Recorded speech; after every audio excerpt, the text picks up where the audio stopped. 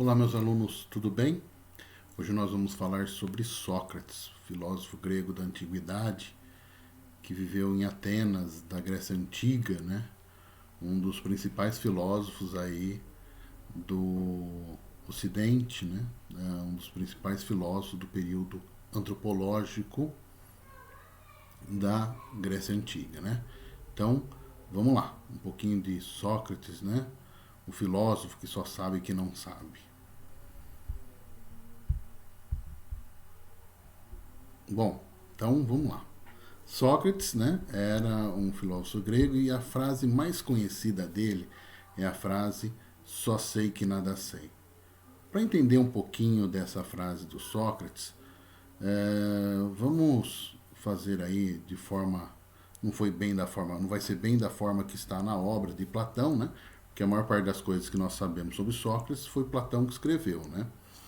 Então, só sei que nada sei do Sócrates é interessante, porque assim, Sócrates ele fazia sua filosofia, ele caminhava, conversava pelas pessoas nas praças de Atenas. E várias pessoas falavam para ele: "Nossa, Sócrates, como você é sábio", tal, e ele ficava realmente com essa dúvida se ele era sábio ou não. Na Grécia Antiga, quando as pessoas tinham algum tipo de dúvida, né, eles iam buscar a orientação com o oráculo. E aí, né, assim fez Sócrates, né? Ele foi procurar o oráculo no templo. Chegando lá, o oráculo é uma mulher, né, a Sibila, e eles têm um diálogo interessante, né, com a Sibila, né? Ele vai chegar para a Sibila e falar assim: "Olha, todo mundo diz que eu sou sábio, mas eu não sei se eu sou sábio ou não sou sábio. Eu quero sem saber, sou ou não sou." A Sibila vem para o Sócrates e pergunta: "Mas Sócrates, o que você sabe?" E aí ele responde: "Eu só sei que nada sei." Né? Então, aí a Sibila olha para ele e fala assim: "Sócrates, você é o maior de todos os sábios, porque sabe que não sabe." Veja bem.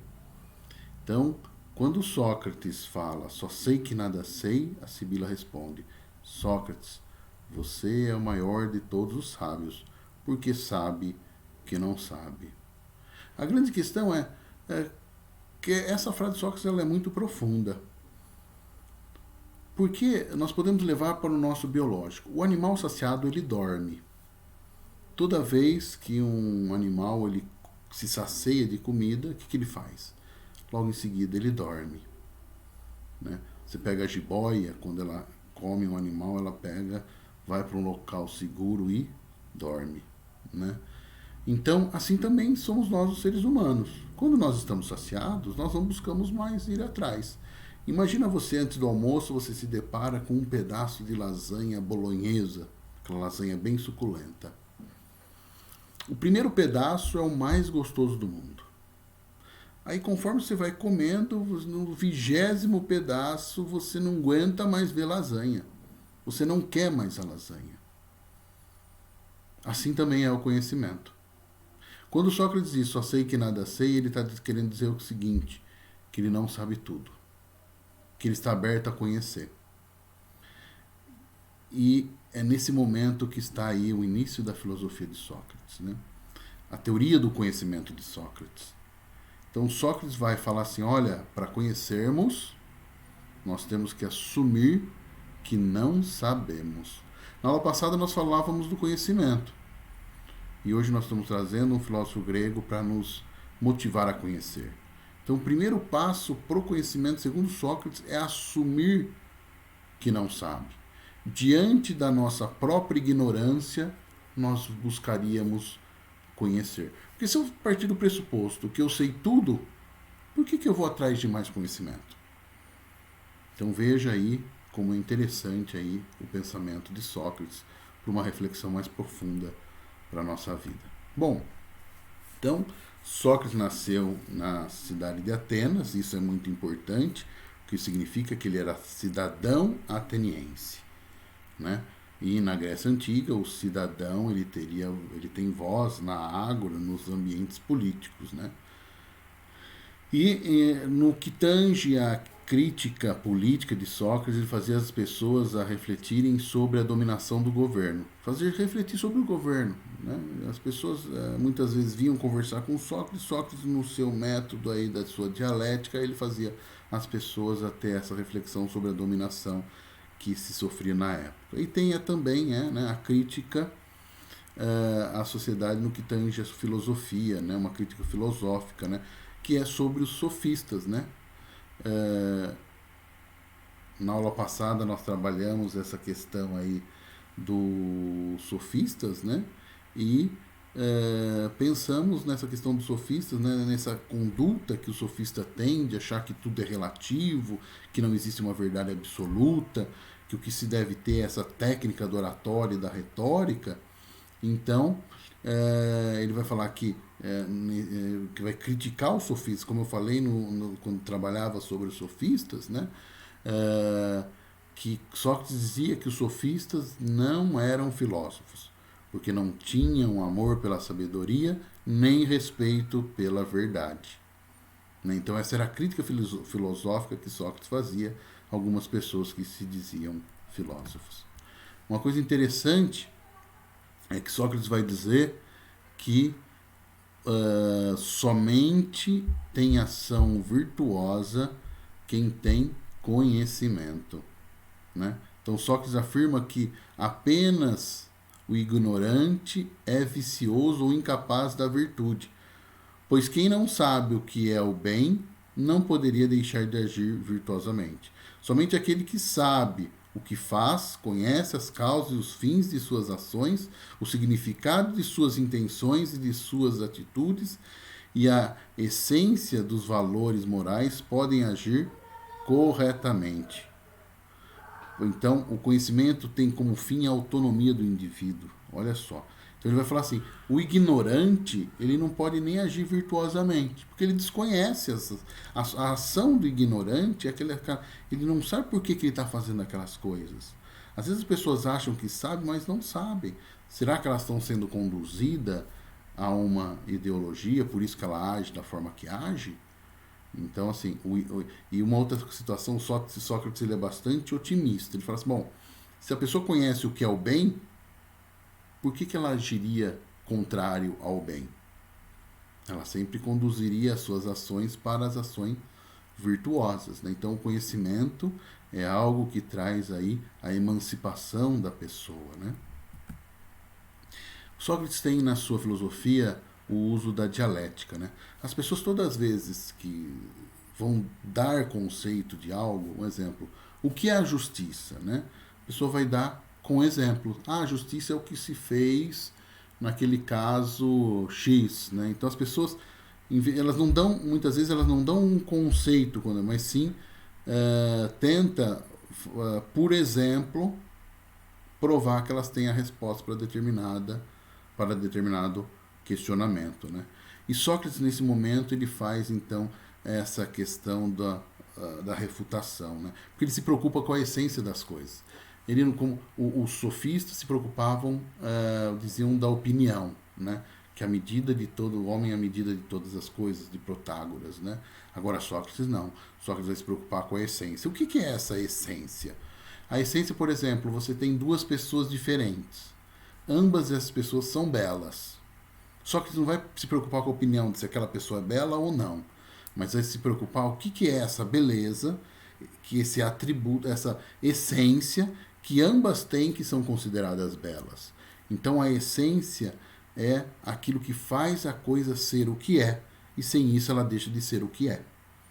Né? Podemos dizer assim que a pessoa que é bela é um fenômeno da essência. Então a beleza é a essência. A pessoa bela é um fenômeno dessa essência. Né? Então, o que o Sócrates, como que ele vai funcionar essa questão da dialética? Ele vai usar o método da refutação. Ele faz um questionamento intensivo. A pessoa fala, por exemplo, o que é a beleza? A beleza é aquela pessoa. Não, mas ele começa, por quê? Até chegar um ponto que a pessoa começa a entrar em contradição. Ao entrar em contradição, a pessoa faz o quê? Ela vai chegar à conclusão que ela não sabia. Olha só, ela não sabia e achava que sabia. Quando ela parte do princípio que ela sabe, ela assume essa ignorância. Aquela pessoa está pronta para buscar o conhecimento. Nesse momento, a pessoa chega, tudo bem, Sócrates, eu não sei o que é isso que você está tratando. Me diz você, que é tão sábio, o que é? Ele fala, eu também não sei. Por que Sócrates dá essa resposta, eu também não sei? Porque se ele dá a resposta, a pessoa fica saciada e não vai mais buscar o conhecimento. Então Sócrates se dizia parteiro de ideias. A mãe de Sócrates era parteira, dava luz às pessoas, né? O Sócrates vai dizer que ele também é parteiro. No parteiro, no seguinte, ele faz as pessoas despertar para a ignorância e buscar o conhecimento. O primeiro passo para o conhecimento é assumir a ignorância. O segundo é ir atrás do conhecimento. E o Sócrates faz o quê? Ele buscava nas pessoas o despertar para a ignorância, para assim elas estarem prontas para buscar o conhecimento. E nesse sentido, né, pensar é perigoso. Por que pensar é perigoso? Porque quando você faz o maior medo dos governantes que tem má intenção é um povo que pensa, né? E como Sócrates naquela época estava fazendo as pessoas refletirem, como eu disse, na questão política e da sua dominação, a classe que dominava a política na época viu em Sócrates como uma pessoa perigosa, porque fazia as pessoas a pensar. Não é que você que pensa corre perigo, mas você que pensa apresenta perigo para quem busca a sua dominação. E nesse sentido, o que os dominantes fizeram é ir atrás de Sócrates e o acusaram de 3 coisas. Primeiro, em blasfemar contra os deuses de Atenas. Segundo, introduzir novos deuses. E terceiro, corromper a juventude. Veja que essas acusações são interessantes. Na Grécia Antiga, quando se pensava em acusar alguém, o blasfemar contra os deuses, introduzir novos deuses, era uma acusação bastante corriqueira. Né? Então, essas 2 acusações, vamos deixar de lado, mas vamos entender esse corromper a juventude. Por que Sócrates corrompia a juventude? Veja bem, as classes mais abastadas procuravam os sofistas para buscar conhecimento. Mas quem não tinha dinheiro, quem não tinha condições de buscar o conhecimento, procurava Sócrates. E ele viveu no momento da democracia grega, onde as pessoas podiam se portar na ágora e demonstrar aí um pouquinho de habilidade para conduzir os negócios públicos. Essas pessoas que não tinham formação, que buscavam a formação junto a Sócrates. E quando as classes menos abastadas procuravam Sócrates, essas classes começavam a se questionar sobre a dominação que sofria, e isso começou a apresentar um certo perigo para a classe dominante. E aí qual foi a situação? Buscaram, então, condenar Sócrates à morte por envenenamento. Né? Então essa foi a condenação de Sócrates. Sócrates foi condenado à morte por envenenamento. Ele foi condenado a tomar cicuta, né? Muito bem. Uma coisa interessante, Sócrates teve a possibilidade de fugir, né? Mas o exílio para o Sócrates seria negar todas as suas crenças. Então, por isso, ele não foge, né? E prefere aceitar a condenação de Atenas. Ele prefere aceitar, então, a morte, né? Do que renegar tudo que ele acreditava. A fuga para ele não era uma possibilidade. Ele foi condenado à morte, então assim ele iria aceitar a pena e iria tomar o veneno à cicuta. Ok? Uma coisa interessante, Sócrates nunca escreveu nenhuma obra. Tudo que nós conhecemos foi basicamente, tudo que nós conhecemos hoje, basicamente está escrito nas obras de Platão. Na antiguidade tinha muito a tradição de passar o conhecimento de forma oral, né? Então nós percebemos aí em vários outros filósofos, como por exemplo Pitágoras, que também nunca escreveu nada, né? Os seus discípulos escreviam sobre eles, né? E assim também aconteceu com Sócrates, né? Platão, o próximo filósofo que nós vamos estudar, ele escreveu sobre Sócrates nas suas obras de diálogos. Então, as obras do Platão, que são escritas em diálogo, narram um pouquinho aí da história de Sócrates e é nas palavras de Platão que nós temos grande parte dos conhecimentos sobre Sócrates. Ok? Muito bem. Bom, uma orientaçãozinha aqui para vocês. Eu tenho também no meu site, gustavopose.com.br, um material de apoio sobre Sócrates, e lá tem 3 perguntinhas para que nós possamos refletir um pouquinho sobre Sócrates. Então eu quero que vocês respondam essas questões e me devolvam aí no momento oportuno para que eu possa fazer as devidas correções, ok? Obrigado a todos, até a próxima videoaula, um beijo no coração de vocês, um abraço.